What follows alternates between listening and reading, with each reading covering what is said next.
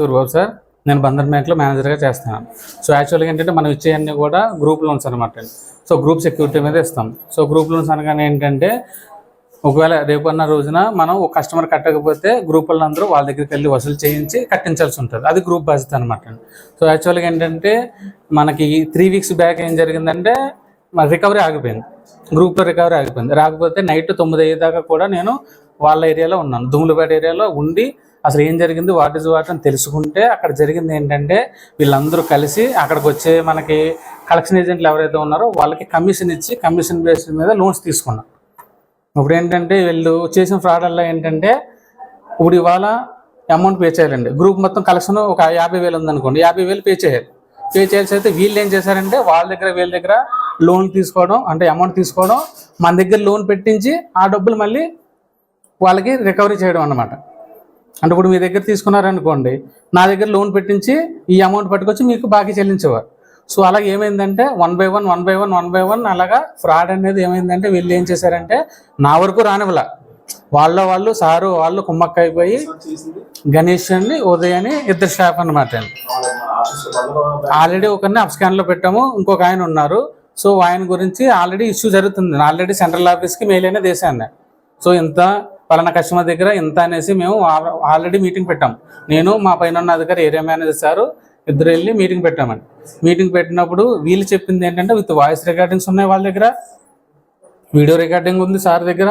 With ఏంటంటే వీళ్ళు ఎవరైతే అప్స్కాన్లో ఉన్నారో గణేష్ అన్న ఆయన, వీళ్ళకి సూర్యకుమారి అన్న ఆవిడ ఉన్నారండి, సీనమ్మ గారు వాళ్ళ సిస్టర్ అనమాట. ఆవిడ ఫోన్ చేసి అమ్మ మీరు బ్యాంక్ వరకు వెళ్ళకండి, మనలో మనం సెటిల్మెంట్ చేసుకుందాము, వేరే దిక్కున మీటింగ్ ప్లేస్ చెప్పండి, నేను వస్తాను అక్కడ మాట్లాడుకుందాము అనేసి వీళ్ళు ఇష్యూ చేసుకున్నారు.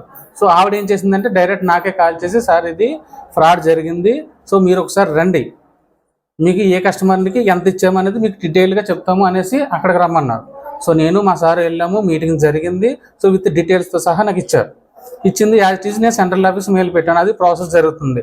FCMD అనేది FIR ఫైల్ చేస్తున్నారు. సో FIR మనం ఫైల్ చేయాలంటే విత్ ప్రూఫ్స్ మన దగ్గర ఉండాలి. ఇప్పుడు ఆ కస్టమర్ నేను 10,000 తీసుకున్నది 20,000 తీసుకున్నది లేకపోతే ₹1,00,000 ఇచ్చానంటే మన దగ్గర ప్రూఫ్ ఉండాలి కదా. సో అది ఫైండింగ్ కోసం లేట్ అవుతుంది అనమాట అండి. సో రీజన్ అయితే అది ఆల్రెడీ వాళ్ళ ఇంటికి వెళ్ళాము, గణేష్ అన్న ఆయన ఇంటికి వెళ్ళాము, వాళ్ళ ఇంటి దగ్గర వాళ్ళ బాబాయ్ గారు ఉంటే వాళ్ళ బాబాయ్ గారితో మాట్లాడాం. సో ఆయన బుధవారం వస్తా అన్నారు. చేయబడి ఏముండదండి, వీళ్ళ దగ్గర ఎంతైతే అమౌంట్ తీసుకున్నారో అంతా వాళ్ళ అకౌంట్కి అనేది వేసేస్తాం, వేసేసి వాళ్ళ లోన్ ఎంతైతే తీసుకున్నారో అంతా క్లోజ్ చేసేస్తామండి. బై హ్యాండ్ చేతికి అయితే ఎవరు 2 గ్రూపులు జరిగింది సార్. గ్రూప్కి వచ్చి 30 మంది ఉన్నారు, 20 మంది కూడా ఉన్నారు. సో అమౌంట్ అంటే వాళ్ళు ఇచ్చిన లిస్ట్ ప్రకారం 6 lakhs ఇచ్చారు సార్. సో ఎంత ఇచ్చారనేది ఇప్పుడు మనం డైరెక్ట్ కస్టమర్ దగ్గరికి వెళ్ళి మనం మాట్లాడాలి.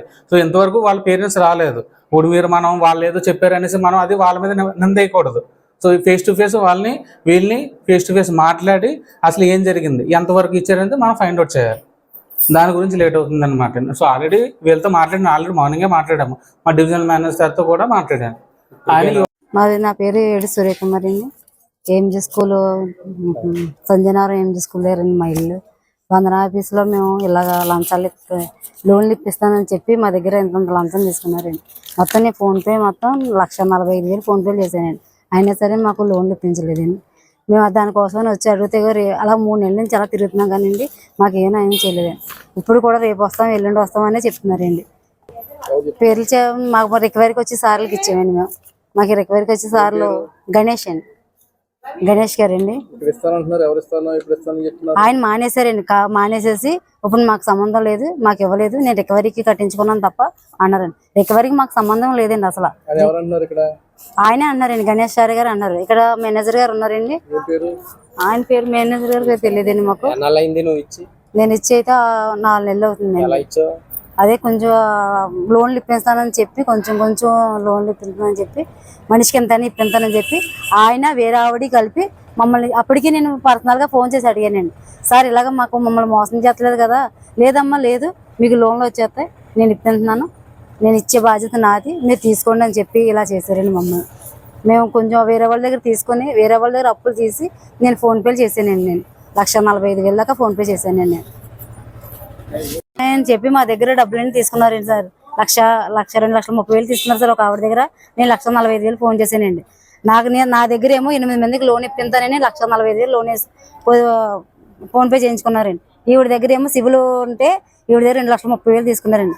అలాగా మా దగ్గర తీసుకుని సార్ ఏంటి మేము అడిగేవాళ్ళు, సార్ మాకు లోన్ రావట్లేదు ఇంకా ఏంటంటే అమ్మ మీకు సివిల్ బాగుంది మేము ఇస్తామని చెప్పి సివిల్ తర్వాత ట్రాన్స్ఫర్ అయిపోయిన తర్వాత అప్పుడు ఆయన అంటే మీకు సివిల్ లేదమ్మా నేనేం చేయగలను అని చెప్పేసి ఎగదెబ్బేసాడు. మేము అప్పటికి సార్కి బంధన సార్కి వచ్చి మేనేజర్ గారు కంప్లైంట్ ఇచ్చామండి.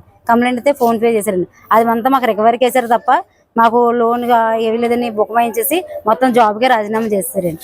అది మేము సార్కి వచ్చి అడుగుతుంటే సార్ వాళ్ళు ఫోన్ చేసి వాళ్ళ చిన్నగారు ఇందాక మాట్లాడారండి. మేము బుధవారం వస్తామమ్మా అయినా మా అబ్బాయి తీసుకున్నది వేరే వాళ్ళ దగ్గర అంటే మీ దగ్గర కదా అని అంటారు. కానీ ఫోన్ పేలు చేసింది అప్పు ఇచ్చింది మేమేంటి సార్ ఇమ్మంటేనే ఆవిడ ద్వారాగా సార్కి ఇచ్చేవండి. మేము డైరెక్ట్గా సార్కి ఇచ్చేసేవండి మేము. కానీ ఆవిడకి ఈవిడికి ఇవ్వలేదండి. మేము 2,30,000 ఆవిడ సార్కి ఇచ్చిందండి.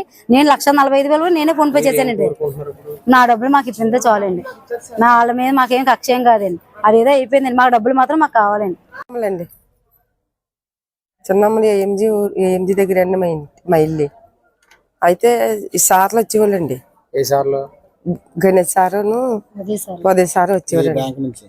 బంధన బ్యాంక్ నుంచి వచ్చేవారు సార్. అయితే ఏమన్నారంటే 10 మందికో ఎంతమందికో లోన్ ఇస్తానన్నారండి. లోన్ ఇస్తానని సీట్లు ఒక ఆవిడ మెయిన్ క్యాండిడేట్ అండి. ఆవిడ సీట్ కట్టాలండి. సీట్ కట్టాలంటే డబ్బులు లేవన్నది ఆవిడ దగ్గర. డబ్బులు లేవంటే వీళ్ళు ఏమన్నారంటే డబ్బులు మేము ఈ గ్రూపులు ఇస్తామమ్మా మీకు ఆ డబ్బులు ఎంత ఇవ్వండి మీ ఇచ్చేస్తుంది మళ్ళీని సీట్ తీసుకొని అనేసి అన్నారండి సార్. అని అంటే మా అబ్బాయి చదువుకున్న